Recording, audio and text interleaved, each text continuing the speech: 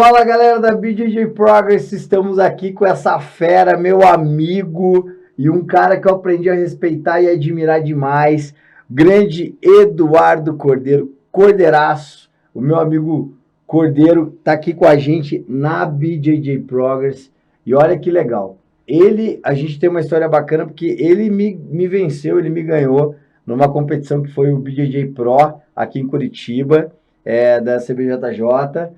E aí a gente acabou fazendo uma amizade, foi conversando, foi trocando ideia, torci muito para ele, foi campeão absoluto também no mesmo dia. E o cara é um verdadeiro competidor de carreira. Ele participa de todos, já pisou em praticamente todos, se não todas as competições ao redor do Brasil e do mundo. E ele está desembarcando hoje aqui, não é, rapaziada, de qualquer jeito, ele está desembarcando como campeão absoluto na categoria dele, na faixa dele, em Dallas, no Texas, e o bichão tá aí voando. Veio para o Curitiba Open e veio bater um papo com a gente. Seja bem-vindo ao nosso estúdio, humilde estúdio aqui da BJJ Progress, em Curitiba, meu amigo Edu Cordeiro. Satisfação muito grande, Max. Essa visita já havia sido programada bem antes aí, mas Sim, por algumas situações aí a gente não pôde estar junto. Mas para mim, prazer inenarrável estar aqui com você hoje, aqui com os espectadores aí da BJJ Progress e assim, e admirado pela estrutura, né? Estrutura de primeiro mundo e estamos aí, sem corte, pode perguntar o que quiser. não precisa editar? Não precisa editar. E é bonito. Tô pronto. É legal. Cara, Edu, primeira coisa que eu quero te falar que é assim, tua trajetória no esporte é uma trajetória que ela não tem nada a ver com jiu-jitsu. Tua trajetória no esporte, né? O Edu que é faixa preta de judô, faixa preta, faixa marrom, já tá aqui, ó, já tá ali. A preta tá aqui, ó, de jiu-jitsu, não tá nem lá, né? Tá aqui, né? Tá aí, tá aqui, em algum lugar aí, entendeu? A tua preta de jiu-jitsu, mas você tem uma história no esporte que é muito legal, que é uma história extremamente que traz curiosidade, que traz aguça a ideia da galera do imaginário brasileiro. É verdade. Tua história como árbitro de futebol, tua história como árbitro profissional de futebol, pisando nos principais templos do futebol, que é, no Brasil, o esporte número 1. E o número 2 é o jiu-jitsu. É verdade. Então, assim, você tá nos dois, ali, ó, você tá aqui. E o judô, que é o número 2, digamos assim, porque é olímpico, mas em praticantes ele já perdeu para o jiu-jitsu a longa data. Já perdeu e eu vou explicar por que perdeu. E é bom que você explique. Mas comece pelo futebol, para a gente entender um pouco de como que você chegou lá, então, que história Marson, é essa? Em 2003 eu resolvi fazer o curso da Federação de Futebol do Estado do Rio de Janeiro. Uhum. Para quem não sabe, moro em Santa Catarina há 7 anos, mas sou carioca, né? Nasci no Rio de Janeiro e paralelo à Faculdade de Educação Física. E era mais um dos alunos aí, dos 70 alunos que tinham, e comecei a minha carreira gradativamente, 2004 apitando lá o Sub-13, 2005 Sub-15, a gente ia subindo baseado nas nossas atuações, e em 2009 me torno profissional, entrando para o quadro de árbitros da CBF, e aí quando você atinge esse patamar, você passa a poder atuar em todo o território nacional, assim como um árbitro da CBF atua dentro do Brasil, um árbitro FIFA atua em âmbito internacional. E o meu primeiro jogo foi em Santa Catarina, foi em Blumenau, né? E aí, no ano de 2010, eu conheci ali que a gente chama da região do Vale do Itajaí, né? Itajaí, Balneário Camboriú, Blumenau, e adorei a cidade, achei fascinante. E sempre fiquei com aquela pulga ali atrás da orelha. Poxa, um dia ainda venho morar aqui nesse lugar. E não é que a coisa aconteceu, né, 5 anos depois. Esse jogo foi em 2010. Em 2015, eu me mudo aí para Santa Catarina a convite do falecido presidente Delfim, né? Infelizmente faleceu naquele trágico acidente da Chapecoense, Sim. mas ele foi a pessoa que me abriu as portas para a Federação de Futebol de Santa Catarina. Não, e aí você é recebido em Santa Catarina como árbitro profissional de futebol para atuar na Federação Catarinense de Futebol, mas você se apaixona pela cidade de tal maneira que ela te leva para novas descobertas. Você começa a viver aquela energia que é incrível de Balneário Camboriú, Então, região, você vai sendo seduzido. o pessoal brinca muito comigo.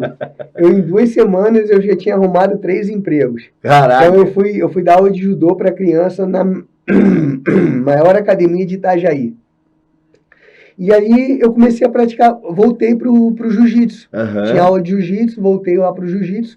E a academia, ela, assim, financiava, tinha uma cota mensal para os competidores, Legal. né, de jiu-jitsu. E o pessoal, pô, você não quer competir e tal? Tem um circuito aqui perto, a gente sabe que você tem o compromisso da arbitragem, mas quando você não for arbitrar, você não quer competir? Ah, eu quero. Ah, não, a academia vai pagar a competição. Não. Aí eu comecei e eu fui, durante muito tempo da minha vida, eu competi judô, Sim. né? E comecei gradativamente a voltar a competir jiu-jitsu. Falei, pô, um esporte que, né, eu sempre gostei, nunca foi o meu número 1, porque eu sempre fiz o jiu-jitsu para complementar o judô, mas eu fazia como uma válvula de escape ali do futebol. A arbitragem do futebol, de uma certa forma, ela é estressante. Tem, né? Você tem aquela obrigação de não errar, né, de não cometer equívoco. E o jiu-jitsu entrou na minha vida como um subterfúgio, assim, de uma certa forma, como uma espécie de relaxamento das minhas viagens, né? Voltava, já queria voltar praticando jiu-jitsu, já queria fazer algum esporte, e a coisa foi andando de uma certa forma que, quando eu vi, eu não me lembro especificamente a data que a chave virou, mas eu não queria mais ir apitar jogo, eu queria competir jiu-jitsu, entendeu? Então, aí continuei atuando até que em 2019, com a entrada do VAR, né, o campo até se expandiu, digamos assim, para a arbitragem de futebol, porque eram mais profissionais atuando, mas aí eu disse, não, eu quero atuar só em Santa Catarina, e hoje eu continuo sendo árbitro, né, eu não me aposentei. Sim. Apenas sou um árbitro estadual, hoje eu só atuo em âmbito catarinense, digamos assim, né, mas aí eu pedi o meu afastamento da CBF no ano de 2019, portanto foram 10 anos aí como árbitro do quadro nacional. E vivendo intensamente esse universo, né? Teve um ano, né, a CBF, ela colocou aqueles árbitros adicionais, né? Então eu tive o privilégio, em 2017, de trabalhar com o trio que já tinha ido para a Copa do Mundo em 2014, que foi o Sandro Meirahis, hoje ele é comentarista Muito legal. da Globo, né? O Marcelo Vangassi, assistente, e o Emerson de Carvalho, que é um outro assistente que hoje faz parte da Comissão de Arbitragem de São Paulo. Então, assim, de 38 rodadas, eu viajei 29. Então, você estava escalado quarta-feira, domingo você já estava em outro lugar. Então, a minha vida era sair de aeroporto, ir para hotel, de hotel para estádio, voltar aeroporto, voltar para casa. Você não tinha, assim, uma sequência, você não tinha... você não sabia, a qualquer momento você podia... Você está em Santa Catarina, mas a qualquer momento, tá em Recife, tá em Fortaleza, vai para Curitiba. Então, assim, a minha vida era totalmente sem rotina, sabe? E ajudamos eles bastante, né? Tanto que eles foram para a Copa da Rússia também, foram muito bem, diga-se de passagem, não apitaram a final por um triz, né? Porque, de uma certa forma, o árbitro brasileiro, ele tem que torcer, entre aspas, para o Brasil não chegar. Se chegar, porque se o Brasil chegar, o trio brasileiro não pode apitar o jogo do Brasil, né? Então, o Brasil, ele é desclassificado, salvo engano, nas quartas de final, né, É isso mesmo. na Copa da Rússia. Da Rússia foi. Né? E o trio ficou até o final aí, e infelizmente nós não tivemos aí um árbitro brasileiro, foi escolhido o trio argentino. Sim. E o árbitro, o VAR, me parece, acho que foi um iraniano, se não me engano. E aí o Sandro, infelizmente, não pôde atuar. Eu acho que para o árbitro de futebol, o máximo da carreira é você atuar numa Copa do Mundo, né? Ainda mais uma final, né? Nossa. Então, assim, acho que... E aí ele não conseguiu, assim, o trio não conseguiu chegar à final, mas vida que segue. E eu ainda continuei mais um ano aí, de 2018, trabalhando. E quando chegou em 2019, no início do ano, eu fui escalado para Chapecó. Né? Para quem não conhece, Chapecó fica, de Balneário Camboriú, fica 5h30. Então eu passei mais tempo viajando do que propriamente arbitrando a partida. Então quando eu voltei de lá, sabe, falei assim, não quero mais. Bateu aquele sentimento foi uma coisa tipo, beleza. Eu não quero mais. Não quero mais. Não quero mais. Assim, foi uma coisa assim, eu quero lutar jiu-jitsu. Eu quero ser feliz. Ah, mas o dinheiro é bom, é bom. Ah, mas conhecer os estados brasileiros é maravilhoso. Sim, viajar. Eu tenho no currículo, assim, eu não conheço Brasília, eu não conheço Mato Grosso do Sul e eu não conheço o Acre. Até porque não tem uma tradição futebolística e nem clubes de primeira divisão que... Mas assim, eu poderia ter ido assim, numa Série C, numa Série D arbitrar, poderia, né? Mas o futebol não me levou para esses lugares. O restante, eu fui a Tocantins, pô, maravilhoso aí, né? Goiás, enfim, conheci praticamente todas as federações, todos os estados brasileiros pelo futebol. Sou muito grato, mas aquele dia, aquele jogo, foi, se não me engano, foi um Sub-17, foi a Chapecoense contra um time do Espírito Santo, eu acho, era uma Copa do Brasil Sub-17. Eu voltei para casa, quando eu cheguei em casa, eu falei, chega, não quero mais atuar como árbitro da CBF, eu quero lutar jiu-jitsu. Cara, e conta pra mim, já vamos voltar para essa parte, mas eu quero que você volte um pouquinho e me explique o seguinte, tua relação com o judô nasce em que momento da tua vida? Então, aos 5 anos, a minha mãe me matriculou no judô. Eu tinha um problema respiratório, bronquite crônica. Então, naquela época, os médicos falavam muito a natação e o judô. A natação para expandir a tua... Hoje, outro dia, minha mãe me pediu desculpa. Poxa, Eduardo, eu te botei na natação e a piscina daquela época era cheia de cloro. E eu fui ler. Entendi. E eu fui ler que o cloro piorava a tua bronquite. Não ajudava, me perdoa. As piscinas de hoje em dia... Hoje é outra tecnologia, outro hoje esquema. É piscina aquecida, né? Mas antigamente era aquela coisa banhada a cloro e joga a criança lá. E se o cara tá se afogando, demorava uns 3, 4 minutos só pra vida perceber. Era tu com a prancha e vambora, né? Vida que segue. Né? Mas aí minha mãe me coloca ali no judô, perto da minha casa, e comecei ali bem pequeno. Depois o professor, ele era de um bairro distante, eu morava na Tijuca, o professor morava em Campo Grande, e ele, olha, não tem mais condição de vir para o bairro, e aí eu migrei para uma das maiores equipes de judô na época, que era a BB Tijuca, era uma equipe muito forte, e de lá eu fiquei, e até a faixa preta, né? E quando eu fiz o curso para a faixa preta, né, em 2002, eu já estava na faculdade de Educação Física. E aí eu comecei a atuar, né, eu gostei desse segmento, né, de ministrar aulas, e havia muitos professores na época que gostavam do rendimento, e poucos professores que trabalhavam com a base. E eu me identifiquei muito com essa parte educacional, tanto que eu fiz pós-graduação voltada para a área da educação física escolar, para a área do marketing esportivo, da gestão, e eu comecei a pegar esse nicho. 2002, 2003, não haviam tantos profissionais que sabiam lidar com crianças, trabalhavam com crianças. Hoje, você pega aí cursos na internet, pessoas especialistas nisso, e naquela época não tinha. Então eu falei, eu vou para essa parte porque eu acho que eu me identifico um pouco mais. Mas foi uma situação que aconteceu e no final as minhas crianças acabaram crescendo e eu acabei indo para o rendimento. Uhum. Não tem jeito, né? Não adianta você chegar hoje e falar assim, não, eu sou professor só de criança. Porque tuas crianças vão crescer, elas vão ter 13, 14 anos, daqui a pouco elas vão querer competir. Aí você vai falar assim, não, então agora que você quer competir, eu não trabalho mais com você, não. Vai para o professor que...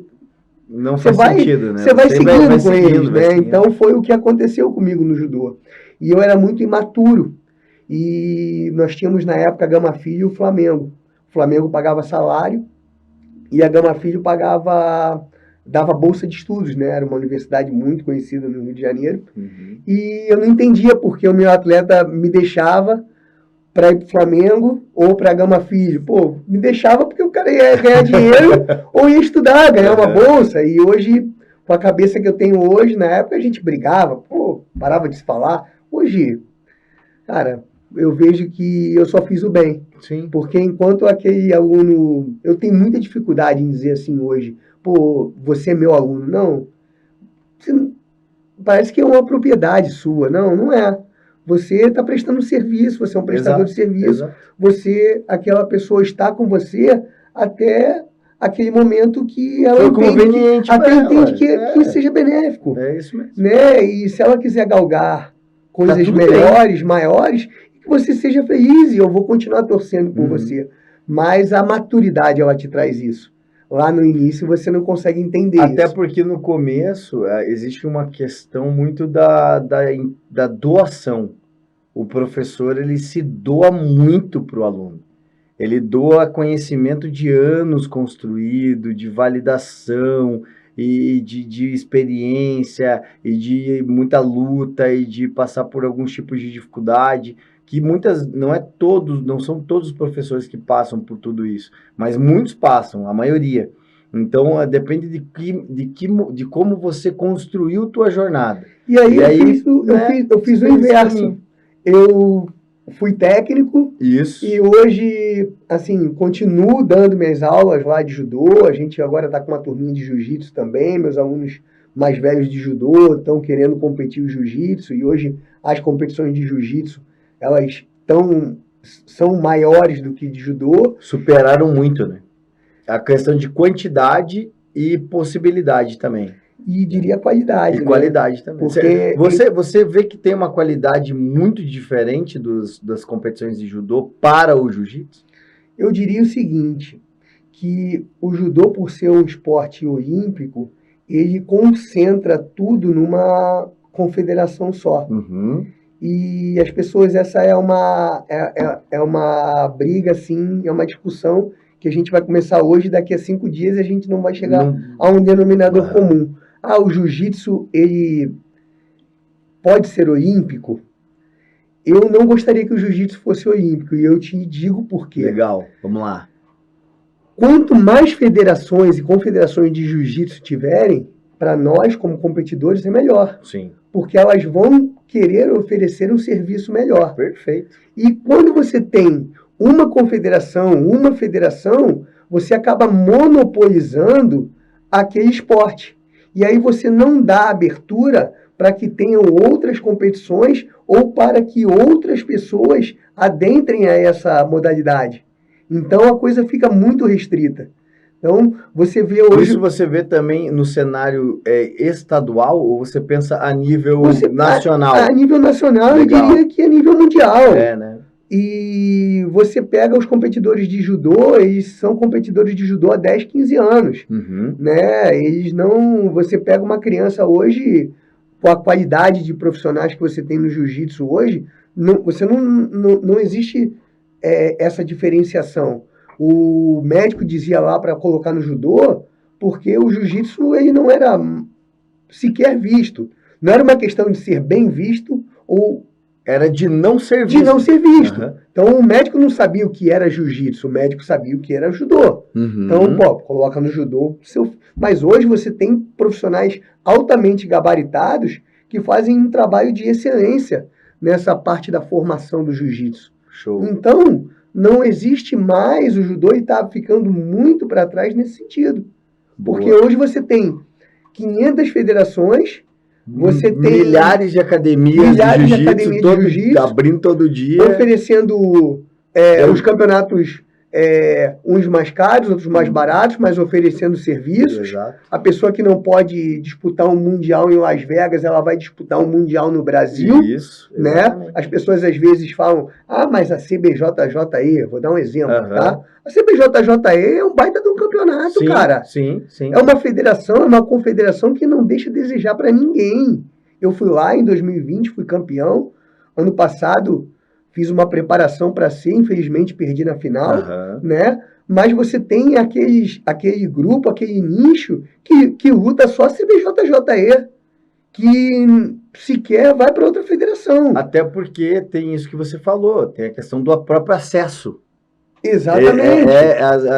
Em 2020, na CBJJ, a CBJJ e a IBJJF não tiveram um calendário em 2020 no Brasil. E a CBJJE volta...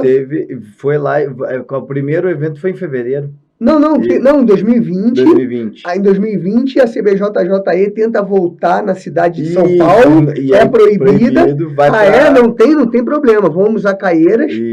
Eu tive o privilégio de lutar o brasileiro lá. Caieiras, depois Araçariguama, Campinas com o Mundial. Eu fui ao Mundial. Exato. E as competições na cidade de São Paulo, não no estado, voltaram só em 2021. Exatamente. Então, assim, voltando àquele assunto, eu sou totalmente contra o jiu-jitsu nas Olimpíadas, porque eu sou a favor do livre mercado. Quanto mais confederações, quanto mais instituições, melhor vai ser o produto a oferecer ao atleta. Muito bom. Agora tem uma questão importante também, que eu quero levantar, que faz sentido e corrobora com a tua visão. Mas nós temos também dois fatores. Você percebe o seguinte, existe o circuito profissional e existe o olímpico. São coisas distintas.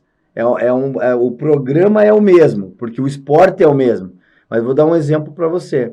O boxe profissional, ele não enfraqueceu com o boxe olímpico. São duas coisas que são complementares. Porém, se você se profissionaliza, você não pode lutar olimpicamente. Mas eles já começaram dessa forma. Isso, o modelo, né? É o modelo. Eles já começaram assim. Perfeito. Mas os esportes que são profissionais, eles também, por exemplo, vou dar um exemplo para você, do surf. Ele veio como esporte de apresentação olímpico, né? Ele é profissional, 100% profissional, ele não é nem mais ou menos, ele é 100%. E aí ele vem para dentro das Olimpíadas. Não vai enfraquecer o esporte competitivo. Será? E aí estou jogando aqui no ar. Será que, de repente, não aconteceria a mesma coisa com o jiu-jitsu, se bem pensado, termos as federações com o esporte profissional e competitivo, que é o que a gente está vendo hoje em dia, federações que pagam em dinheiro, pagam em dólar, eventos de lutas casadas que pagam 100 mil num GP numa noite, que o cara vai fazer 4 lutas de 10 minutos, e aí também ter o jiu-jitsu olímpico para quê? Nós tivéssemos mais força para inserir o jiu-jitsu dentro das escolas como um conteúdo programático, por exemplo.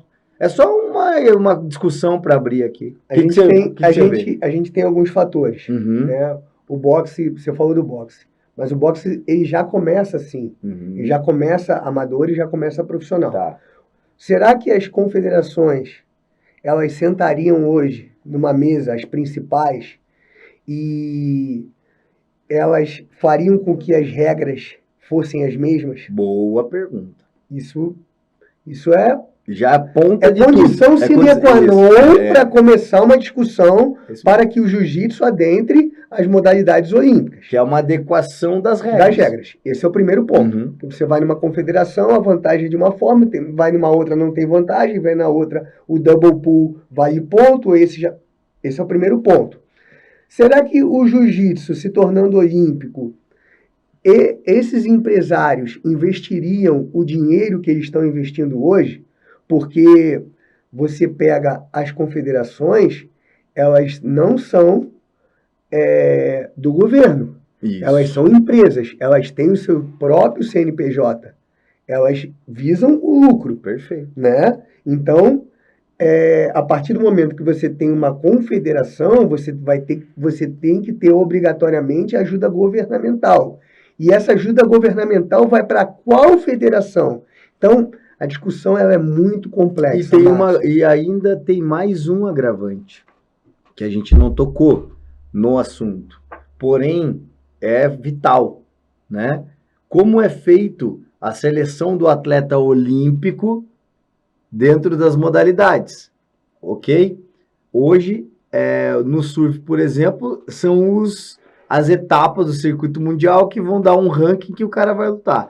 Qual seria o ranking que seria usado? De qual federação?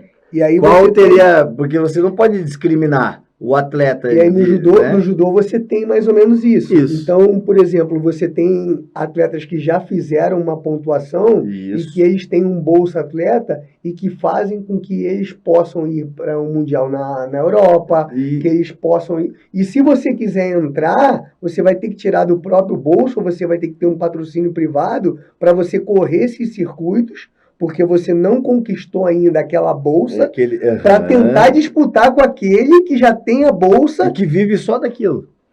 É complexo. É complexo pra caramba. Então, não, assim, que existe o seguinte, né?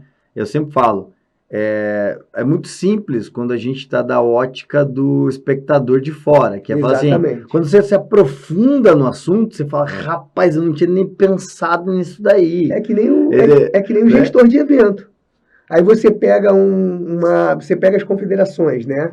Então você tem as confederações lá, a CBJJE, a CBJJ, a JP, né? A UAE, que já tem mais ou menos toda a logística pronta e tal. Mas se eu começar do zero e quiser fazer uma Copa, meu Deus, cara. Eu não tenho saúde mental para começar a pensar da onde que eu vou começar. Eu admiro esses caras. Eu não vou dizer o nome da entidade, mas eu fui competir e faltou medalha. E o dono da competição veio falar assim para mim, Eduardo, você não vai pra internet falar mal de mim não, né, cara? Falei, meu amigo, ou você não me conhece, ou agora está sendo uma grande oportunidade pra gente se tornar amigo. Eu não tenho a menor noção do quão difícil é organizar um evento. Pô, se faltou uma medalha, é uma coisa grave. É lógico, eu queria sair daqui hoje com a minha medalha. Né? Mas eu sei que a minha medalha vai chegar. Então, assim, cara, relaxa. Eu sei que essas coisas acontecem. Não foi um circuito grande, mas sabe, teve aquele equívoco. E, de repente, para uma outra pessoa, pô, mas que absurdo, né? Hoje, pô, antigamente você falava uma coisa, o cara ia pro ar. Hoje você joga na internet, aquilo fica pro resto da vida. Então, assim, E é gravíssimo, porque você acaba... se você vai lá na internet e queima o evento, você poderia estar chancelando o fim daquele evento. Exatamente. Porque muitas vezes... Porque a gente sabe que o ruim reverbera mais rápido. Se você começa a falar mal, já vai reverberar, um vai falar pro outro, que vai falar pro outro, e acabou. O cara tinha 8 horas de luta, o cara tem que se preocupar com a arbitragem, ele tem que se preocupar com a área médica, ele tem que se preocupar com as inscrições, ele tem que se preocupar com a chave. De repente tiveram mais inscrições do que ele pensou, faltou a medalha. E faltou a medalha para o Eduardo, porque o Eduardo lutou lá na frente. Foi um dos últimos a lutar. Mas a medalha chegou na minha casa depois, com milhões de desculpas, e tá tudo bem, cara. Pô, eu super entendo o quão difícil é você organizar. Porque às vezes a galera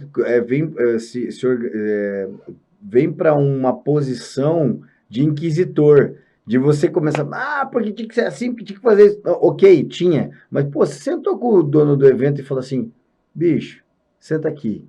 Pô, tá legal, tá bacana e tal. Mas você viu aqui, viu ali, porque a maioria das pessoas vem metendo a porrada.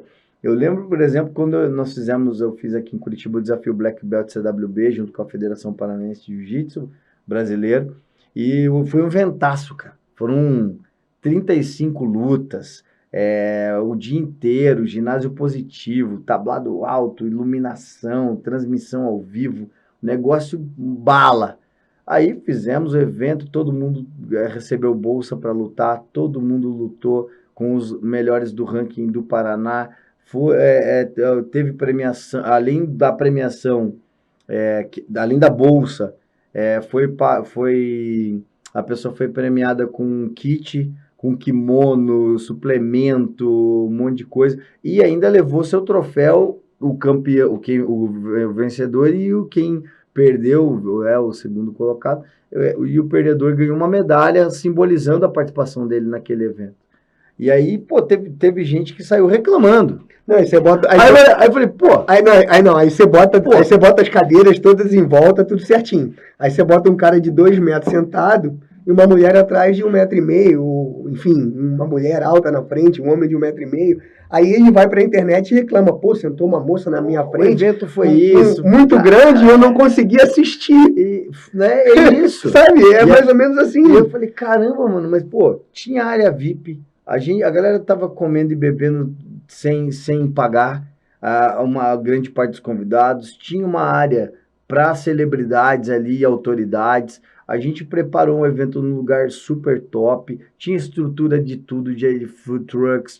Cara, foi top. E ainda assim as pessoas encontravam um jeito de reclamar. Muito difícil. Mas aí é muito difícil porque vem para esse lado do esporte que a gente está falando. Porque se imagina, se fazer um evento já é uma coisa complicada, você imagina equalizar inúmeras federações e confederações que tenham a mesma intenção de fazer com que o jiu-jitsu saia do jiu-jitsu amador, do profissional e passe para o olímpico. Ainda tem um chão. Mas voltando agora para o Eduardo Cordeiro e para suas peripécias, para suas experimentações.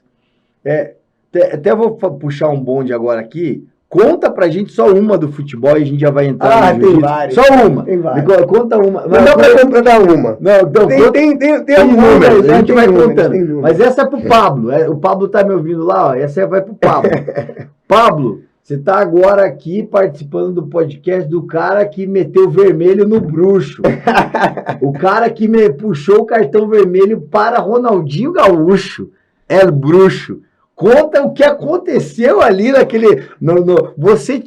Rapaz, eu diria pra você que eu não expulsaria o Ronaldinho Gaúcho. Assim, o Ronaldinho, atleta... assim, quando ele veio pro Flamengo, nós que éramos do quadro do Rio de Janeiro, a gente já ficou todo faceiro, todo feliz. Pô, vamos ter a oportunidade, a possibilidade de apitar jogos do Ronaldinho. Isso foi em 2011. Uhum. Ele assina com o Flamengo e deixa o Grêmio na mão, vai pro Flamengo. Aquela confusão, aquela confusão toda. E aí, em 2011, eu não cheguei a apitar jogo, apitei o jogo do Flamengo, mas ele não estava em campo. Em 2012, eu sou escalado para o meu primeiro clássico, que é o Fla-Flu do Centenário. Centenário, 2012. E aí o Flamengo entra com o time principal e o Fluminense, se não me engano, ele poupa alguns jogadores e tal. Acho que nesse dia o Fred não jogou, enfim. E o Ronaldo, ele estava com uma mania... Assim, ele sempre foi um cara muito bom, assim, de controlar a bola, mas ele estava adiantando um pouco a bola na hora do controle, sabe? Indo para uma disputa. E eu já tendo contato, coisa que ele não tinha que ele não fazia. Assim, ele estava, em algumas situações de jogo, ele estava perdendo time. Ele dava um tapa, mas ele não segurava mais a bola, como ele fazia naqueles tempos de Barcelona, Milan.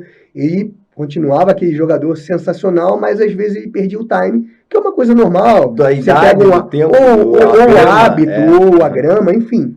E aí eu vou para aquele jogo aí, se não me engano, 7, 8 minutos no primeiro tempo, ele perde o tempo da bola e acerta, acho que a panturrilha do Diguinho, que era o jogador do Fluminense. Aí eu dei um cartão amarelo para ele, né? E marca um pênalti a favor do Flamengo. Esse jogo teve de tudo, né? O enredo completo. Eu marco um pênalti a favor do Flamengo. Ele faz o primeiro gol dele em clássicos, né?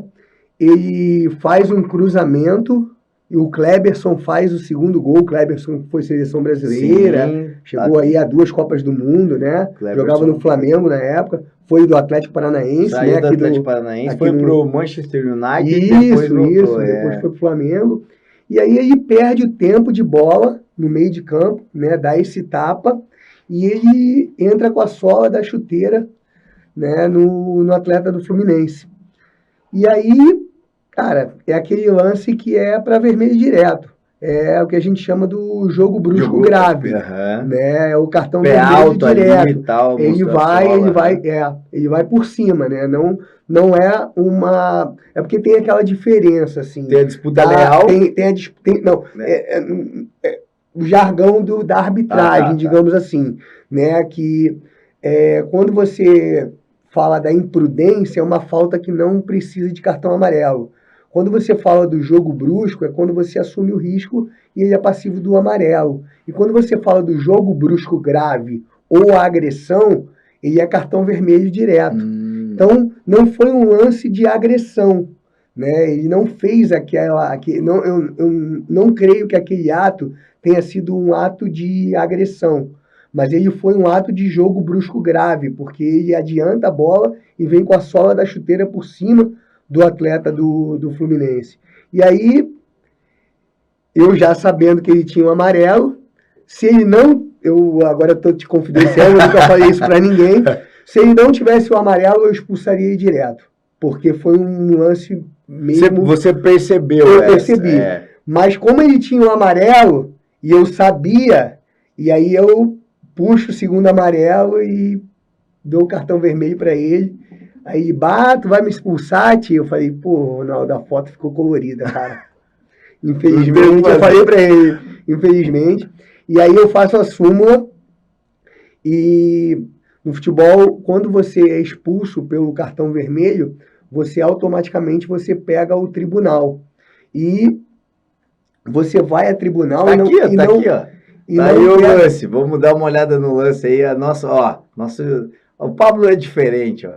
Tá aí o lance, o Ronaldo recebe a bola. Esse é o lance da expulsão. Ai. É muito rápido, né? Então, as reações são muito rápidas. E você vê que eu saio do bolo dos jogadores para não ouvir... Para não ver piada, entendeu? Pô, tu vai expulsar o cara, ó. Ele adiantou a bola e foi por cima, ó. Aí também tem um pouquinho. Foi rápido demais. Mas aí também tem um pouquinho aí se joga pro lado, joga pro outro. O jogador do Fluminense fez um teatro, né? Mas aí você vê que a minha tomada de decisão foi muito rápido, a ponto de não ter o bolinho. Sim, que geralmente a galera ia fechar em você. Ia fechar em mim. E aí eu já chego, ó, aí pegou. Tá vendo? Pega. E agora a minha chegada, ó. A minha chegada já é com a mão no bolso, ó. Você vê que não tem tempo. Ele vem pra cima de mim agora falar. Eu falei, pô, Ronaldo, a foto ficou colorida, ó. Não dá pra te deixar em campo, ó. Você vê que ele vem falar comigo, ó. Ó. David Braz fala alguma besteira pra mim também ali, ó. E eu simplesmente... Faz cumprir. Faz cumprir. E aí, o que acontece? Ele vai a tribunal, eu faço a súmula, e quando o tribunal entende que ele tenha... Um jogo já é obrigatório. O jogador cumpre. E quando o tribunal ele dá mais um jogo, dá mais 2 ou dá mais 3, é porque entende que aquela atitude que ele tomou não foi uma atitude boa, ou que ela é passível de uma punição maior. E aí no dia do aniversário dele, ele recebe a notícia que ele tem que cumprir mais um jogo. Pô, aí eu sou capa do Globo.com, cara. Nossa, derrubou. Presentão. Nossa. Aí eu com o cartão vermelho na mão, dia do aniversário do Ronaldinho Gaúcho, ele recebe mais um jogo. Aí minha mãe acessava bastante e tal, era assinante do Globo.com na época. Daqui a pouco ela abre, meu filho na capa do Globo.com. Falei, pô, que bom, né, mãe? Imagina se fosse na área de bandidagem, né?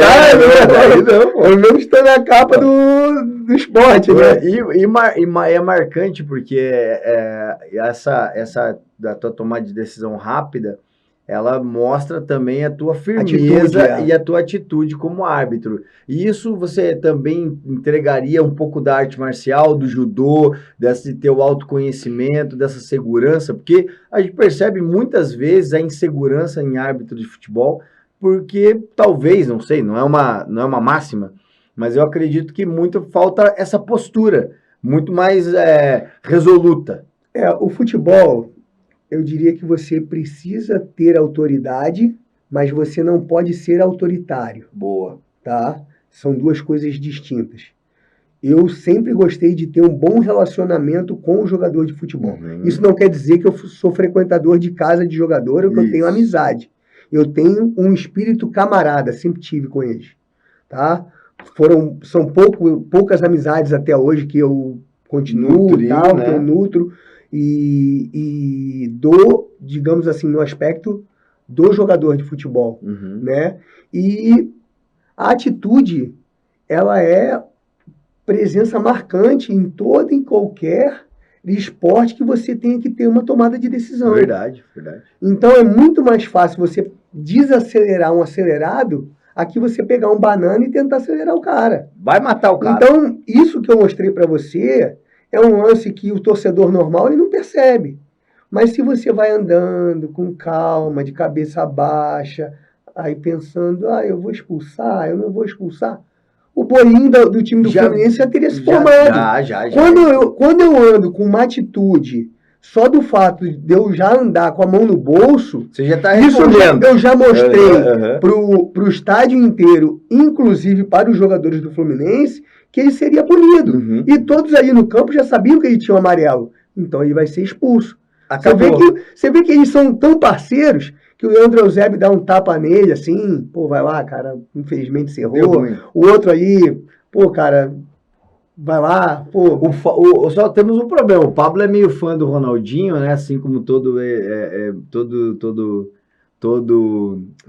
brasileiro é fã do Ronaldinho. Não, eu sou super fã também. E ele vai querer já procurar o cartão amarelo antes desse lance, porque ele vai querer ter certeza se você não amarelou demais o Ronaldinho no 7 do primeiro tempo. Essa situação é uma situação de jogo brusco grave. Mas assim, o que acontece? É muito legal essa tua transição, mas ao mesmo tempo o esporte, né, você como árbitro, a figura do árbitro de futebol, ela é extremamente hostil. A hostilidade ali, ela vem da torcida, do jogador mesmo, que eu quero dizer, é o cara que tá ali, aqui, ó, no ombro, bababá. E também tem mais a parte da comissão técnica. Mas, por exemplo, eu conheço árbitros que xingam jogadores. Entendi. Porra, tem um lance também. Cara, fala um palavrão, faz uma frase, e aí você dá margem pro jogador pro falar. Desrespeito, o cara vai. Então, se você chegou e falou um palavrão pra ele, ele vai chegar e vai falar pra você. Agora, se ele chegou pra você e você chega e fala pra ele, cara, você tá completamente certo, eu só não entendi o teu. Aí você já quebra ele. E eu sempre fui um cara de manter o diálogo. E o cara passava por mim, pô, Eduardo, tu tá errando todas hoje, hein, cara? Vambora que daqui a pouco eu acerto. Então eu sempre tinha alguma frase, alguma situação. E pegava o cara. Eu vou parar o jogo para dar um cartão amarelo, tirar um cara do jogo, porque o cara passou por mim falando no meu ouvido que eu tô errando. Não, cara, vambora que daqui a pouco eu acerto. E aí também na próxima que ele erra, você passa do lado e fala, e aí não sou só eu, tamo junto. Exatamente.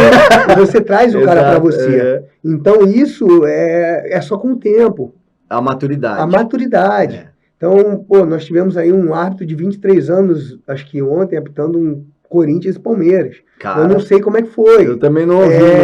Eu espero que ele tenha ido bem. Mas eu não acho que uma pessoa de 23 anos ela tenha maturidade para arbitrar um jogo desse nível. Você pega hoje o Marcelo de Lima Henrique, com 51 anos, ficou 8 anos no quadro internacional, pô, o cara tá correndo como um menino.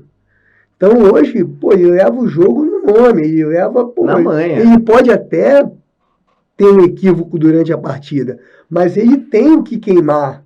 Se ele errar, os jogadores vão falar, pô, mas peraí, mas quem errou foi o Marcelo de Lima. É diferente. É diferente. Então, assim, inclusive isso para o jiu-jitsu. Né? Hoje você tem grandes nomes da arbitragem do jiu-jitsu. Eu já ia entrar nisso aí, porque você não é árbitro do quadro da IBJJF ainda. Não, eu nem quero, cara. Já me ofereceram, isso é legal falar. Já me ofereceram, eu falei, pelo amor de Deus, já é uma pergunta do podcast. Não, porque todo mundo imagina o quê? Você vem arbitragem. Aí todo mundo imagina, caraca, Cordeiro viaja pelo mundo inteiro, luta nos principais palcos do jiu-jitsu do mundo. Ele, era árbitro. Ambição de se tornar um árbitro também é muito legal que eu fiz a final lá do circuito Mormaia no passado e o gestor, né? Não vou dizer o nome também, ele coordena várias instituições aí, CBJJ. Aí, Eduardo, quer continuar fazendo essa força toda aí? Ou quer vir pra arbitragem? Vem pra arbitragem, cara. Vem fazer o curso. Então, eu falei, cara, não quero, bicho. Muito obrigado. Te agradeço. Não vou dizer que dessa água nunca beberei. A gente não sabe o dia de amanhã. Mas hoje, cara, eu preciso desse tempo, cara. Eu preciso desfrutar, eu preciso lutar. É aí que eu gosto de estar. Eu gosto tanto de lutar que segunda-feira, se não tiver alguém para falar combate para mim, o treino já não fica bom. Sabe? Então, vamos dar tempo ao tempo, quem sabe daqui a pouco. Até porque essa questão do árbitro do jiu-jitsu, ele é completamente diferente do árbitro do campo, porque o do jiu-jitsu, o que acontece? A gente trabalha com a regra e hierarquia. Não tem esse questionamento, esse corpo a corpo, não tem essa falação que tem dentro do futebol. Não, e ontem, completamente diferente. Ontem aconteceu um caso específico comigo. Eu empatei a final.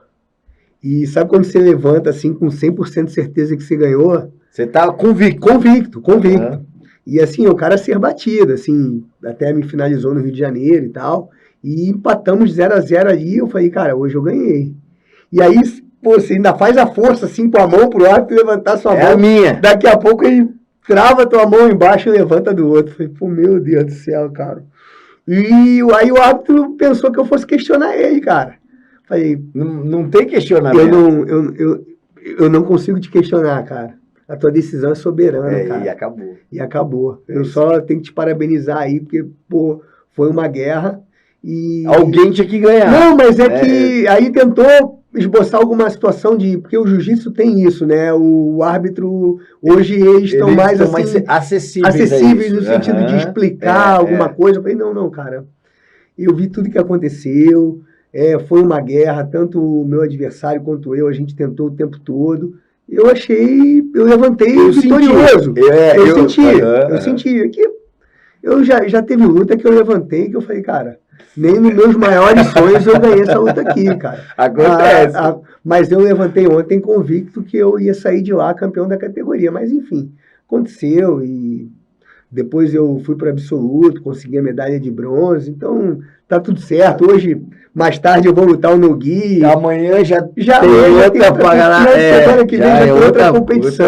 Então, assim, cara, ele teve que tomar a decisão. Sim. Ele entendeu que o meu adversário atacou mais, né? Foi mais... Na ótica dele, foi assim. Na visão dele. Então, a decisão é dele. Muito bom. A gente não tem que contestar. Não tem que contestar. Mas essa questão mesmo de você ser árbitro é uma coisa que todo mundo tem curiosidade de entender se você vai ou não vai, ou se quando eu gosto muito de estudar a regra do jiu-jitsu. Sim. Eu gosto muito de lutar com a regra. Muito. Eu luto com a regra debaixo do braço hoje. Assim. Antes você lutava. Antes eu lutava. Não olhava pro placar, não olhava pro coach. Hoje eu paro na posição e eu olho pro meu coach assim, cara, o que eu tenho que fazer? Faz isso e eu tô olhando pro cara, lógico. Não tô com a visão periférica aqui, não tô dando a brecha, mas... E nem é naquele momento que tu tá aí dando a blitz, né? Mas deu aquele time aí, nós... De uma certa forma, o Master 3 tem aquele tempo de descanso ali, né? Então, aquele respiro, dá para olhar para o coach. Hoje eu consigo olhar para o coach, olhar para o placar, olhar para o tempo. Então, isso, a maturidade também das lutas faz com que isso aconteça, né? Sim, sim. E, cara, a parte mais legal de tudo também é que você conseguiu adquirir uma experiência incrível no futebol, com a pressão, com as viagens e tudo mais, que você acabou traduzindo isso para o jiu-jitsu também. Claro. Você viaja muito, viaja pelo mundo todo, compete de forma muito apaixonada. Eu sou muito grato ao futebol, Max. Sou muito grato ao futebol. Eu amo apitar uma partida de futebol. Eu sonho que eu ainda estou apitando uma partida de futebol, assim, em âmbito brasileiro, sabe? Que eu tô aí numa Série B, numa Série C, numa Série Sim. A. Mas, assim, eu entendo que passou. Eu Uhum. entendo que é muito mais gostoso para mim hoje, prazeroso, ir para uma competição de jiu-jitsu, aqui, pô, pegar um avião, digamos assim, você está escalado lá no, sei lá, em São Paulo, você vai apitar um jogo Palmeiras e Santos. Uhum. Cara, eu quero estar no Curitiba Open, cara. Aí o cara fala assim, você é louco? Não, eu não sou Porque louco, porque eu já vivenciei isso. já tá E eu tudo bem. perdi, quer dizer, não perdi, mas eu deixei de vivenciar o jiu-jitsu por muitos anos em detrimento ao futebol. E hoje eu quero fazer aquilo que eu gosto. E o que eu Boa. gosto é lutar. E não é arbitrar jiu-jitsu, não é mais arbitrar futebol tanto quanto eu fazia. É É, lutar jiu-jitsu. é como se você fosse se transferisse de o moderador do palco para ser, a partir daquele momento, você ser moderado no palco. Você Exatamente. falou, antes eu estava ali como um coadjuvante sendo o árbitro. Agora eu estou no palco principal sendo a estrela. Eu sou agora o foco, né? Exatamente. Então, porque você E não consegue... as pessoas só lembravam de mim quando eu cometi um equívoco. Né? Isso. Então, infelizmente, eu apitei um Flamengo e Vasco, onde o meu árbitro adicional, a bola entrou lá 30 centímetros, eu estava como central, Ele não a deu. bola entra, ele diz no rádio comunicador para mim que a bola não entrou, o jogo seguiu e eu acabei influenciando diretamente no resultado de um Flamengo e Vasco. E aí vai aqueles torcedores Caramba. assim, pô, mas é Apaixonado. só pro Flamengo, o Va... Cara, tu acha que um árbitro de futebol, o sonho do árbitro de futebol é apitar grandes jogos? Fla-Flu, Flamengo e Vasco, Grêmio e Inter, Cruzeiro e Atlético. Aí você vai para um Flamengo e Vasco, você marca uma falta a favor do Vasco, dá um cartão amarelo no zagueiro do Flamengo, o meio-campista lá do Vasco, o atacante, bate a bola, bate no travessão, a bola entra. O meu árbitro adicional, que tinha uma visão muito melhor que eu, diz que a bola não entrou. Eu sigo a orientação dele, né? E foi uma orientação equivocada. Sim. O planejamento não deu certo. São coisas que acontecem. Porque ninguém planeja errar. Você entra ali para acertar 100%. O cara no dia seguinte foi para Fátima Bernardes, levaram um oculista, descobriram que a gente pisca 35 vezes por minuto. Nossa. A repercussão foi monstruosa. Até hoje tem meme disso. Nossa, que sabe? Dói. Então, assim, é muito complicado. Na tua posição de atleta de jiu-jitsu, isso muda significativamente. Depende de mim. Porque só depende de você. Eu sempre falo que a diferença entre o esporte coletivo e o esporte individual, que eu pratico hoje, ela é gritante, que eu joguei futebol e aí eu venho joguei na categoria de base do Atlético e tudo mais, e eu venho para o mundo da luta. Lá eu dependia de um monte de gente acertar, eu dependia de 10 caras estar num dia bom para eu vencer. Agora eu só dependo de eu entrar lá e eu estar focado e tranquilo, e os caras que me ajudam a chegar lá, eles não vão influenciar no resultado, eles vão influenciar na minha preparação. Já lá no futebol, você vai dividir a responsabilidade e a influência do resultado com todo mundo. E assim, eu até sempre nas minhas postagens lá no Instagram, eu sempre coloco, poxa, ame o processo. Porque o processo ele é muito mais prazeroso do que propriamente a competição. Exatamente. Se você não tiver vontade de ir para academia para treinar, para melhorar, se você for para academia naquele intuito, poxa, eu vou para lá, vou bater em todo mundo. Cara, tu tá no lugar errado. Não é ali que vai bater todo mundo. Não é ali. Eu apanho de todo mundo na academia, cara. E eu apanho com orgulho, cara. Porque eu quero apanhar lá. Sim. Porque se eu apanhar na competição... Aí deu ruim. Aí o planejamento furou. Aí eu tenho que voltar para a academia e replanejar aquilo que eu venho fazendo. E isso é muito interessante, porque hoje você está, além da tua posição de atleta, você também hoje ocupa a posição de professor, e não só de professor da criançada. Hoje você já está com uma turma de adultos, e ali sim, a galera já tem... Mas e como é para você... ter que abdicar hoje de mais minutagens, né? Vamos usar a palavra uma expressão do futebol, mais minutagens como árbitro, você está abrindo mão disso, e mais focado agora em construir a tua escola, estruturar, que eu tive lá, lindíssima, lá na Praia dos Amores. O que acontece? Como que você está administrando isso e qual a sua ambição também? Porque sua ambição é ampliar sua academia, ter um time de competição em algum momento, se posicionar como atleta mesmo de fato, e aí dar aulas como um complemento da tua experiência para dividir isso com outros. Como que está teu planejamento referente à escola, luta e tudo mais? Hoje eu divido... Hoje eu sou um cara que não dou tantas aulas quanto eu dava antigamente, justamente para que eu tenha mais tempo para treinar, né? Então, os meus alunos eles estão num desenvolvimento bom, mas como são muito jovens, né? A gente está aí com uma turma até de 13, 14 anos, eu deixo eles muito à vontade, principalmente com os responsáveis, porque a vontade do aluno de competir, ela existe, mas você tem que entender qual é o propósito dos responsáveis.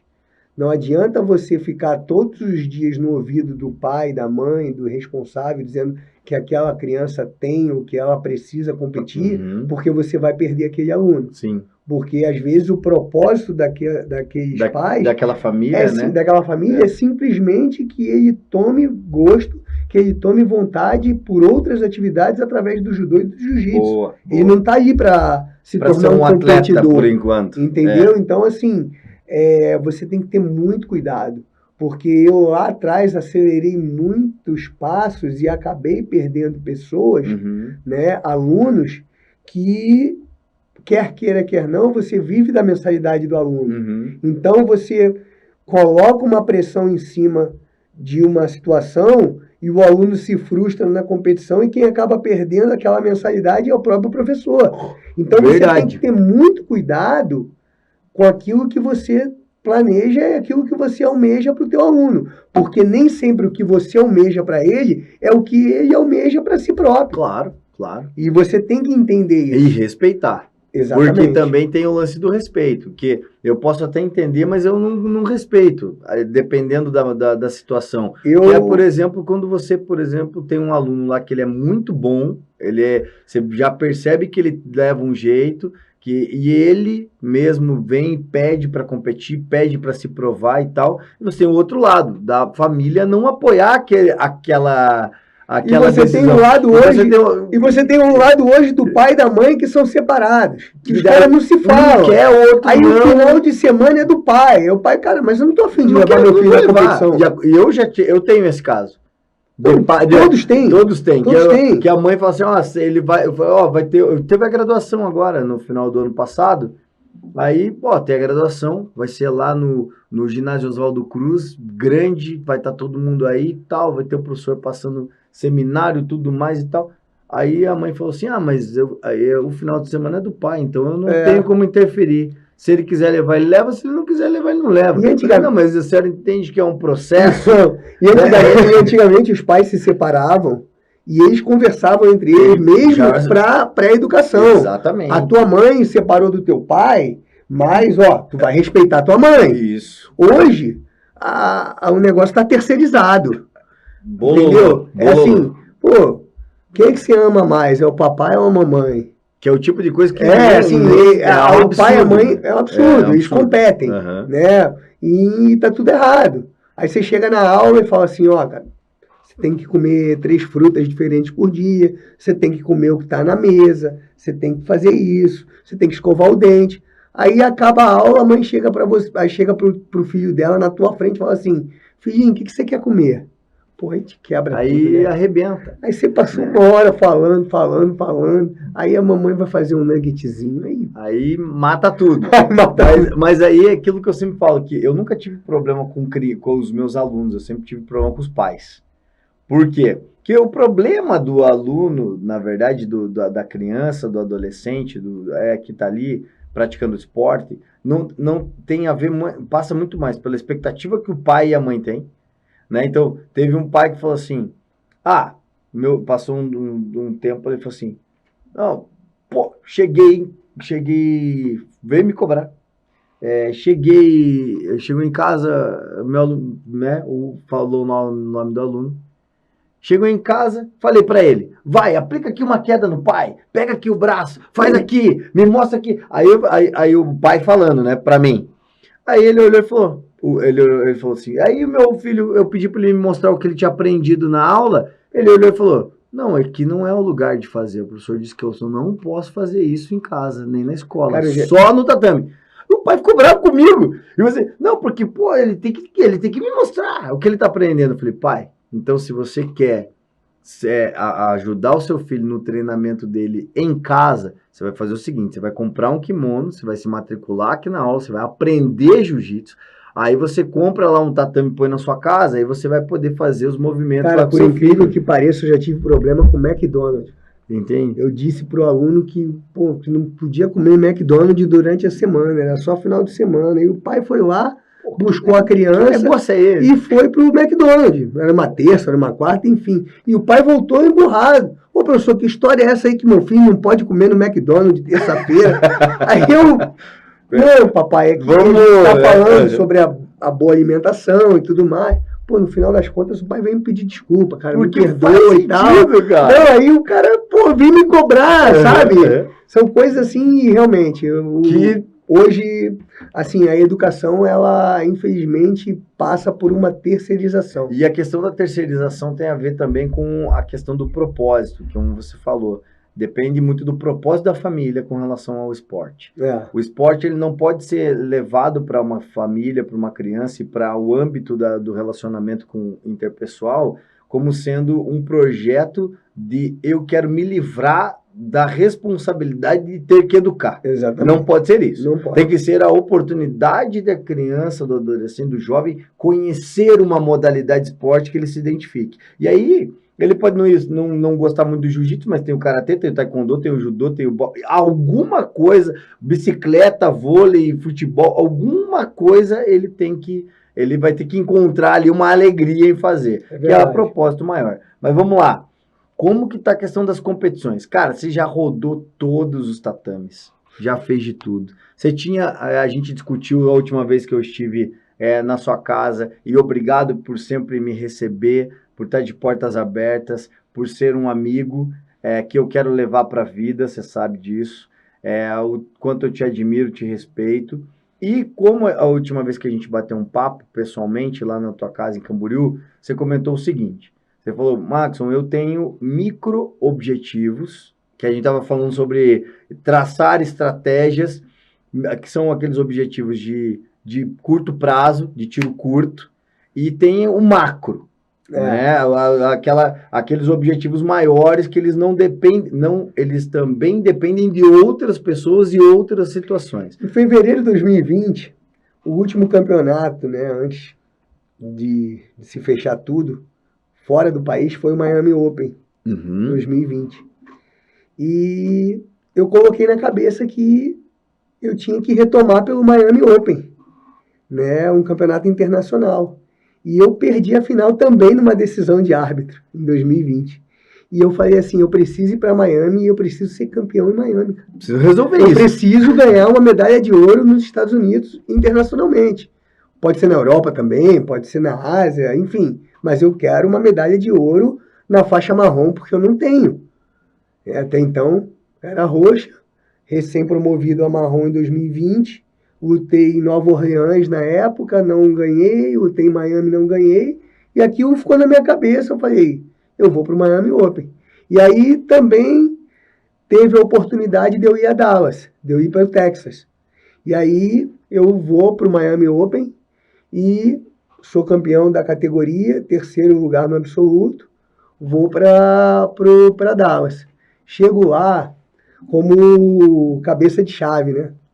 E aí pego fico na baia, pego o vencedor. Cara, eu ganhei um pau no primeiro dia, cara. Eu apanhei.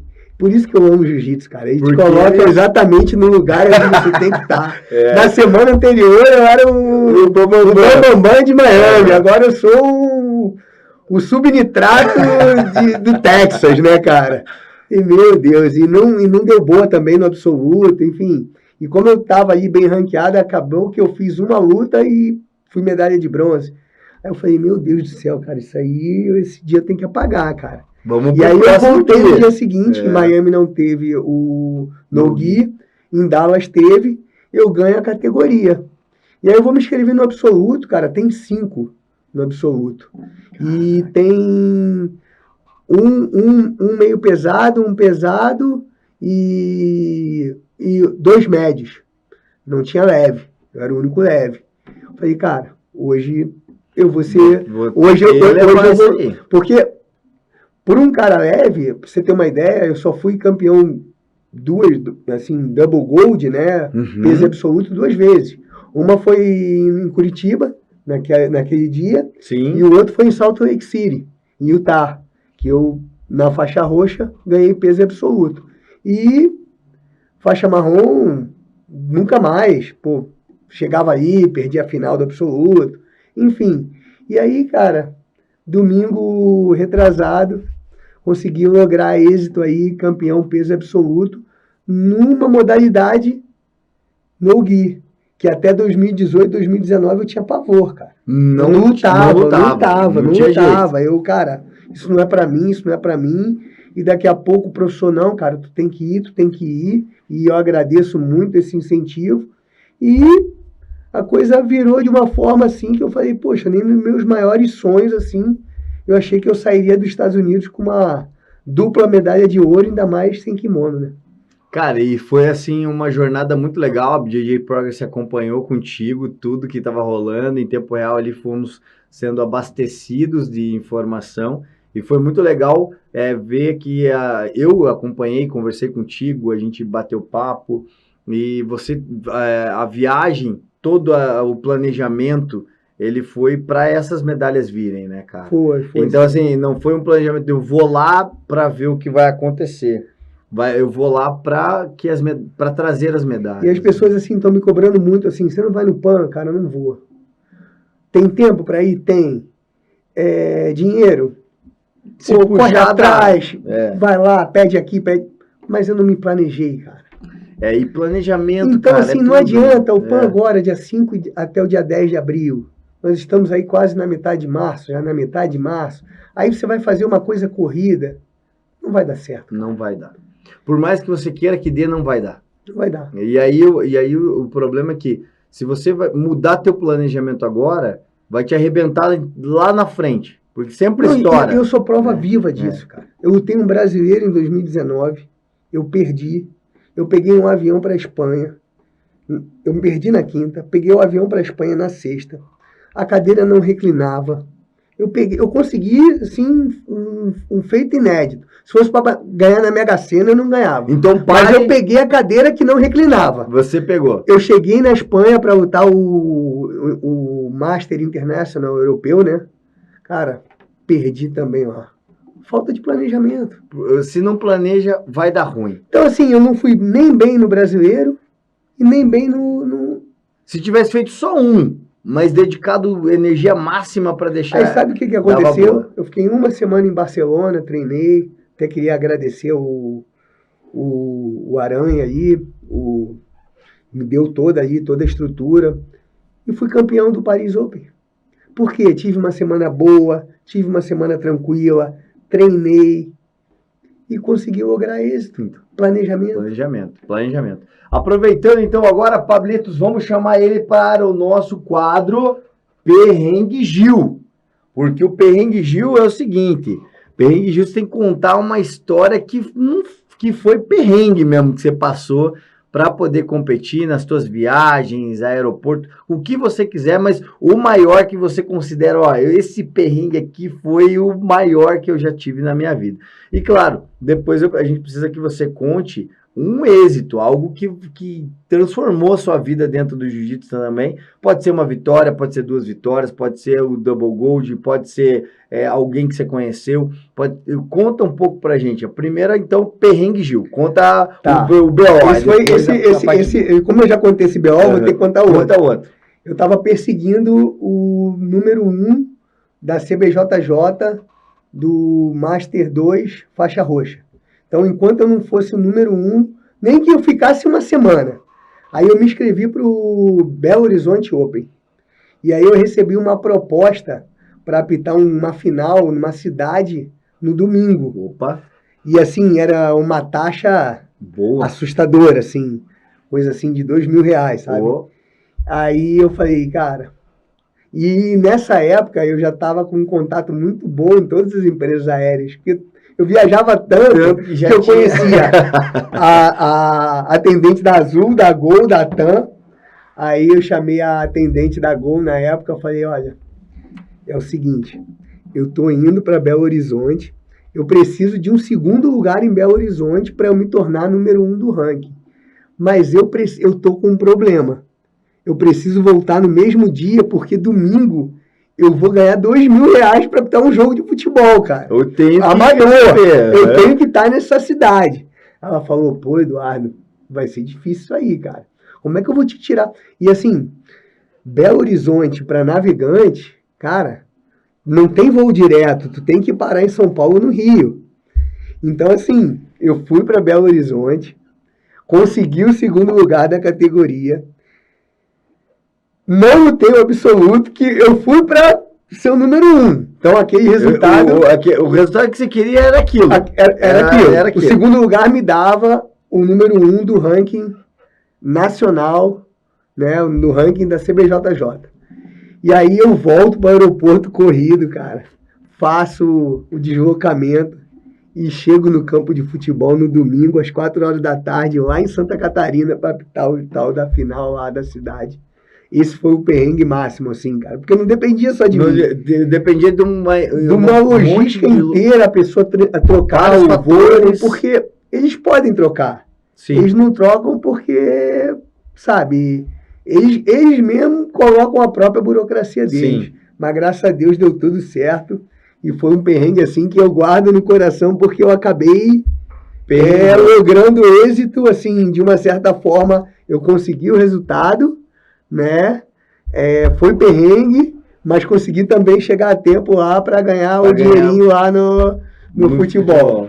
Cara, isso é legal porque, assim, é uma correria, é uma vida dupla, né? Que você acaba levando ali. Foi 2018, cara. Foi difícil, assim. E bom, agora conta uma história bacana. O bom foi o Sul-Americano, né? Do ano passado, o Sul-Americano da CBJJ. Eu lutava muito com o Jean Paul Verme, que é um peruano lá do Gordo Jiu-Jitsu, um cara muito bom. Eu digo sempre assim, falo assim, hoje ele tá no Master 2, eu fui pro 3, né? O cara tem muito mais Jiu-Jitsu que eu. Assim, é notório, sabe? E o meu professor me falou uma coisa muito legal, cara. Você não precisa ser melhor que o cara em 5 minutos. Jiu-Jitsu é maravilhoso por causa disso. Basta você ser melhor que ele em 30 segundos, cara. Basta você ser melhor que ele em 15 segundos. Basta você ser melhor que ele em 1 minuto. Vai lá e dá teu melhor, cara. Escolhe teus 20 segundos de melhor que ele e ganha, velho. É isso aí. E ganha. É isso aí. E aí, pô, decisão da arbitragem. O árbitro foi lá e deu a vitória pra mim, cara. Aquilo aí foi o ápice, né? É muito legal, né? Muito legal, muito legal. E ele, assim, ele é um cara muito bacana, mas é um cara, assim, que é mais na dele, né? E aí, 2 meses depois, pro brasileiro, eu já era um cara a ser batido. Porque eu vim Campeonato Sul-Americano em agosto, Campeonato Brasileiro no Rio de Janeiro em outubro, no ano passado. O último campeão da CBJJ, Eduardo Cordeiro. Então, pô, teoricamente é o favorito aí pro Campeonato Brasileiro. Eu acabo lutando com ele na semifinal e eu perco, né? Aí, depois que eu perdi, ele veio até a mim, pô, Eduardo, queria te pedir desculpa, mas eu não falei com você muito bem hoje, porque eu tava super focado, porque eu queria te pegar de qualquer maneira, cara. Eu falei, tá tudo bem, Jean, tudo certo, cara, tudo tranquilo. E hoje a gente se formou uma amizade muito boa por isso, né? Cara, assim, muito legal. E ele tomou aquilo de um jeito que eu acho que ele deve ter pego a minha foto aí, colado no armário, falando que enquanto eu não bater nesse cara aqui, eu não vou me dar por satisfeito, sabe? Então, assim, foi uma coisa assim que eu batalhei muito, assim. E eu tinha um problema muito grande com grandes campeonatos, assim, eu sempre batia na trave. Então, hoje Pode ser o Campeonato Brasileiro, já pode deu ser o aquela Campeonato lavada na Mundial. alma. Pô, eu vou bem tranquilo, entendeu? Show de bola. Cara, e já falando em viagem e tudo mais, você que é um parceiro nosso da BJJ Progress e tal, a gente também quer convidar você para ser nosso parceiro, fazendo o quê? Baixando nosso aplicativo, né? Então, temos o aplicativo da BJJ Progress, vai passar aí já aqui na tela daqui a pouquinho, o Pablão vai soltar aí pra gente, mas até porque a nossa ideia é realmente fazer com que o aplicativo vá para a mão das pessoas para facilitar todo esse corre aí, ó. Então tá aí a propagandinha para a galera, ó, do aplicativo. A gente já está trabalhando com ele para ele vir com a nova roupagem, com a nova modelagem dele, para poder atender os atletas, as academias, os alunos. Quero encontrar uma academia, vai entrar ali, vai encontrar uma academia de jiu-jitsu, para poder lutar mais, para poder treinar mais perto de você. Vai ter a parte das federações, vai ter a parte de clube de vantagem, vai ter um monte de coisa maneira dentro do aplicativo. E a gente agora, nesse primeiro momento, como você baixa lá o aplicativo, já vai se cadastrando, porque a partir dali nós vamos começar a liberar os benefícios dentro do aplicativo nas próximas semanas aí. Então, vem com a gente, o Cordeirão tá aí com a gente também, vai ser um dos nossos embaixadores aí do app. Assim que a gente tiver com tudo redondinho, vocês vão começar a poder usar, e não só usar, mas se beneficiar. Quero viajar, vai encontrar uma passagem aérea ali mais barata. Eu quero o hotel, é a mesma coisa, já conveniado com os atletas. Né, pra caramba. Pô, se for uma diferença de hotel de 15, 20 reais, já é uma alimentação. Se for um voucher do Uber pro cara poder ir do aeroporto até o ginásio, já é um ganho. É verdade. Entendeu? Se você, por exemplo, falar, pô, não tem um lugar, não conheço ninguém, porque, ó, o Cordeiro viaja pelo mundo inteiro. Já teve situação de você chegar e não conhecer, não ter tantas pessoas assim lá para poder te acolher. Né? E daí, ó, imagina que legal, você entra no aplicativo, você vai indo lutar o Miami Open, por exemplo, você vai ter lá as academias cadastradas no app lá de Miami, onde você vai poder fazer um camp lá, pode nem ser tua bandeira e pode ser muito bem acolhido. E se tu pegar aquela galera antiga, né, quantas vezes esse pessoal aí dormiu no tatame? Dormiu no tatame. E como é que você chegava para lutar há 10 anos atrás, que não tinha tanta informação, o cara passou a noite no tatame, para lutar, não lutava bem. Verdade. Então hoje, qualquer que seja a diferença, o simples hoje já faz uma grande diferença, entendeu? Sim, com certeza. Cordeirão, fala pra gente teus próximos objetivos de competição e também se quem é que quer levar o filho para treinar com você ou ir treinar contigo lá nos Amores. Explica aí. Então, eu tô inscrito já no Campeonato Brasileiro. Antes do Campeonato Brasileiro, a gente vai aí para o Rio Fall. Dia 10 de abril, eu não estarei no Pan-Americano, mas estarei na Copa Bad Boy em Santa Catarina, em Florianópolis. É uma Copa muito, muito grande, muito dura. Inclusive, mandar um abraço lá para o Ricardo Bortolucci, que é o cara que faz bastante evento lá, tanto a Copa Bad Boy quanto a Copa de Esterro, que são copas aí que estão melhorando a cada edição. E focado aí também no Mundial de Las Vegas, né, para setembro.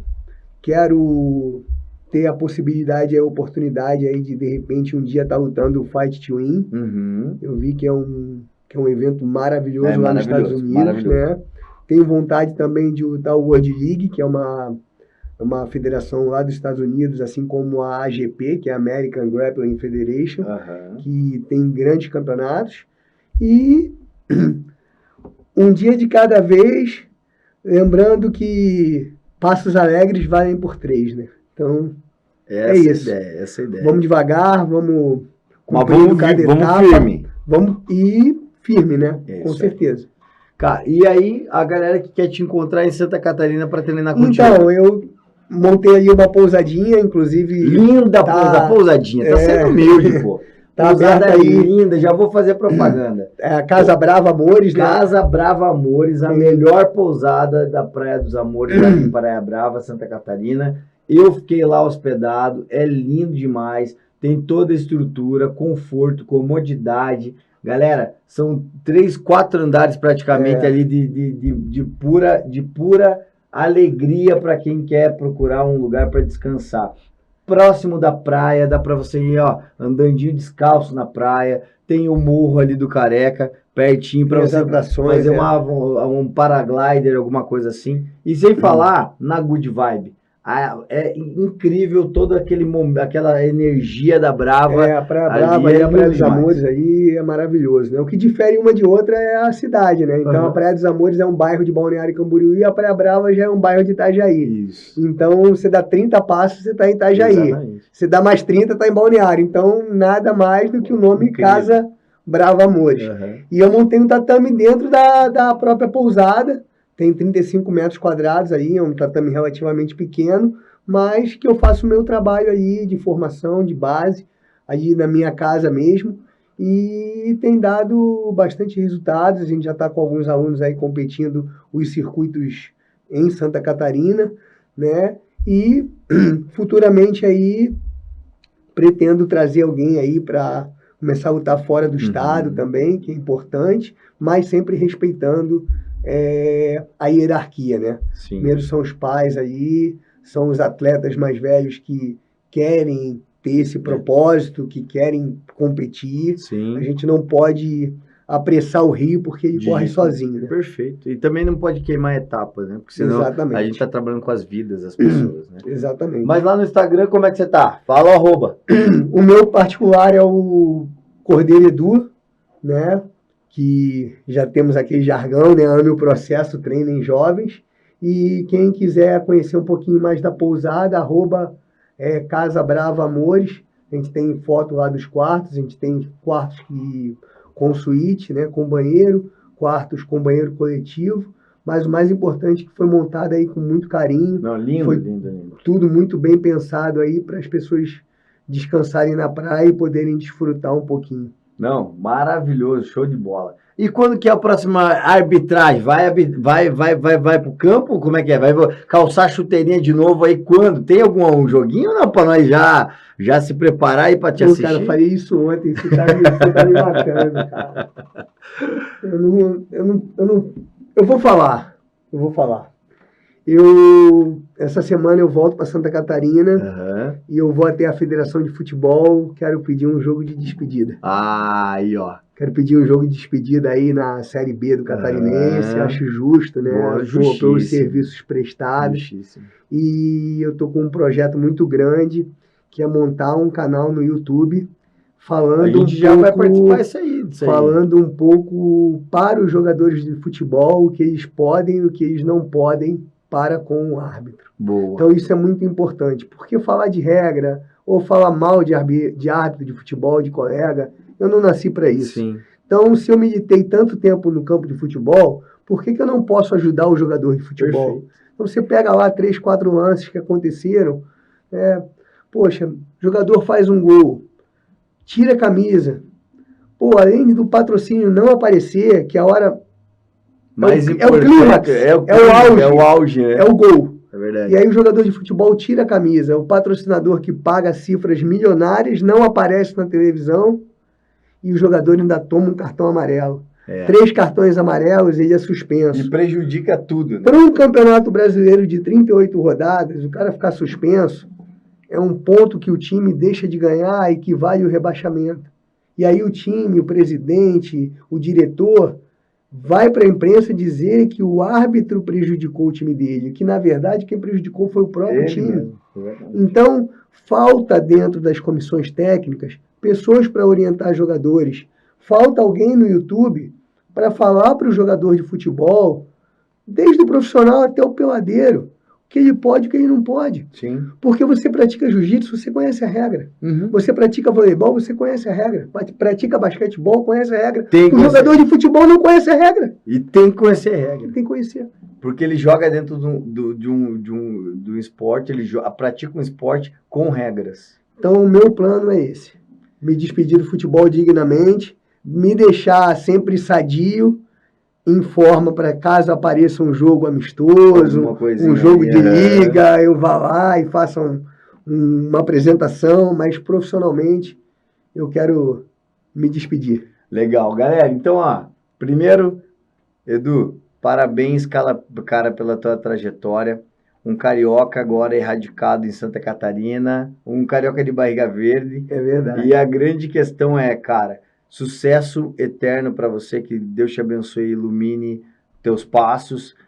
Eu sei que a gente contou muita história aqui, mas isso é só um pouquinho de tudo que você viveu, porque as nossas conquistas, elas não refletem necessariamente aos olhos das pessoas aquilo que a gente viveu de fato. A gente passa por muita coisa. A gente só vai pincelando momentos como a gente foi maravilhoso ter você. O Pablo tava chorando lá que você deu o cartão vermelho pro Ronaldinho. Ele entendeu um pouco mais de regra, não sabe nada de futebol, é fraco no futebol. Na verdade, o Pablito, ele se aventurou ali entre ser um jogador de futebol, entre ser agora ele descobriu o amor pelo jiu-jitsu, tá a faixa branca pegando todo mundo, já tá dando armlock voador, botinha giratória, tá que tá voando. Rodou por clubes pequenos. Rodou por clubes pequenos. Simulou uma lesão do joelho e sentiu, né? Sentiu a posterior. Aí ele fala pra só não fui jogador porque sentia a posterior. Ele fala isso pra galera. Entendeu? Então, assim, mas o mais legal de tudo cara, parabéns. Você tem sido... se mantido firme, um exemplo aí entre os masters aí que a gente tem também, porque a galera pensa que depois do adulto não tem mais vida no jiu-jitsu, e tem vida no jiu-jitsu bastante. E a gente acaba influenciando pessoas, né? Muito, e a galera olha, vê como exemplo, vê além do exemplo, vê também como uma pessoa acessível, porque tá ali lutando, tá nos eventos, tá competindo e também tem a generosidade de ensinar.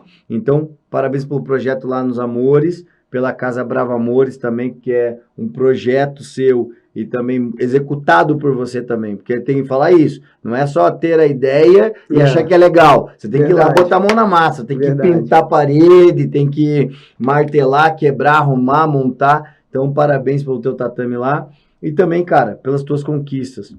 Você sabe que depois que a gente competiu, nós nos tornamos amigos. Eu espero que é assim que você me veja. Sim, sim. Né? E eu tenho certeza que a recíproca é verdadeira. Eu costumo dizer que Deus não une pessoas, ela une propósitos. Exato. Eu me lembro que aquele dia que depois que a gente competiu, você virou para mim e falou assim, eu acho que eu tenho alguma coisa legal para você. E aí eu fiquei com aquilo na cabeça, os anos se passaram, e aí, poxa, Eduardo, eu quero você mais próximo da BJJ Progress.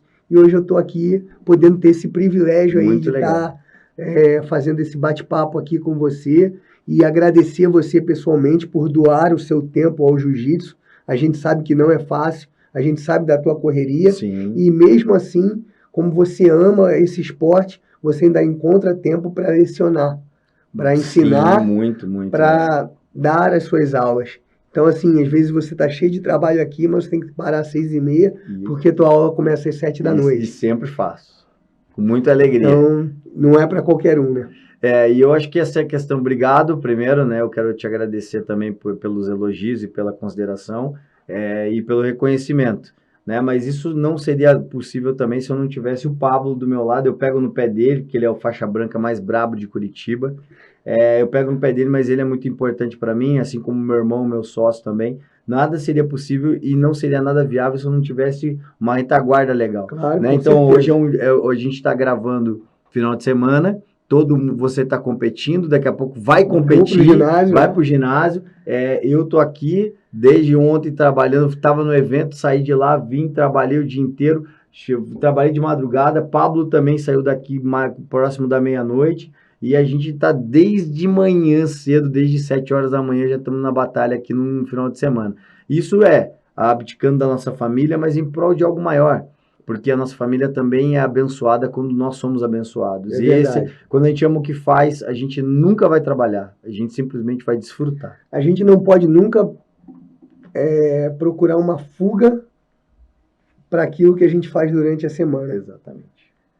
Se você no sábado e domingo você procura uma fuga daquilo que você faz de segunda a sexta, porque você tá errado, tá fazendo errado. Então, sábado e domingo tem que ser o troféu daquilo que você planejou de segunda a sexta. Perfeito, é isso mesmo. Galera, conversamos com o grande Edu Cordeiro, esse feríssima meu amigo e também atleta de jiu-jitsu, professor. Ele que agora também é empreendedor na área dos negócios imobiliários, com locação da hospedagem dele ali na Casa Brava Amores, @Casa Brava Amores, na Praia Brava de Balneário Camboriú, Praia Brava de Itajaí. E eu vou falar mais uma coisa. É também ainda árbitro de futebol, que em breve vai se despedir dos gramados, porém não vai se despedir da arbitragem. Jamais. Porque já tem um projeto engatilhado aí para poder vocês conhecerem mais sobre futebol, sobre a ótica do árbitro e também a ótica do jogador de futebol e dos clubes. Galera, muito obrigado, Edu, mais uma vez. Sucesso na competição ainda hoje. E, claro, você vai poder compartilhar, curtir, comentar, criticar e também seguir e se inscrever no canal do YouTube. Lembrando que esse podcast também, para você que está ouvindo pelo Spotify, Google Podcast, Anchor Podcast ou Apple Podcast, você é muito bem-vindo sempre nos nossos conteúdos. Compartilhe com o máximo de pessoas que você puder, para que todo mundo possa ser impactado pela arte suave. Valeu? Galera, um forte abraço. Maxon, Pablito aí atrás das câmeras. Essa é fera. BJJ Progress. Opa, tem mais um minuto para você falar teu patrocinador aí, ó. Agradece o patrocinador. Quero agradecer a Estelar Eletrodomésticos, quero agradecer a Padaria Pão da Brava, Construtore, a Vanessa, minha nutricionista, a loja de roupas DZO, da Guzo, roupa masculina. Quero agradecer o Posto Sofia, rede de postos Sofia, lá de Itajaí. Agradecer a Uzi Shopfight, com as melhores marcas aí, Hipdori, Shopfight, enfim, todas as marcas. A Ellen Mendes, que cuida toda da minha parte aí fotográfica. A Farmácia Deon, que cuida da minha parte de suplementação. Meu quiropraxista Magnus. A minha armadura Corby. Um forte abraço aí, Neto. Muito obrigado aí por abraçar esse projeto juntos. E a IPTour, quer fazer o seu translado, quer passear no Beto Carreiro, quer curtir as maravilhas de Santa Catarina, procura a IPTour lá, o Igor, que ele vai estar te dando o maior suporte aí nessa área logística de Santa Catarina. Forte abraço, galera. Muito obrigado mais uma vez a BJJ Progress. Ouça, galera. Valeu. Tamo junto, Du.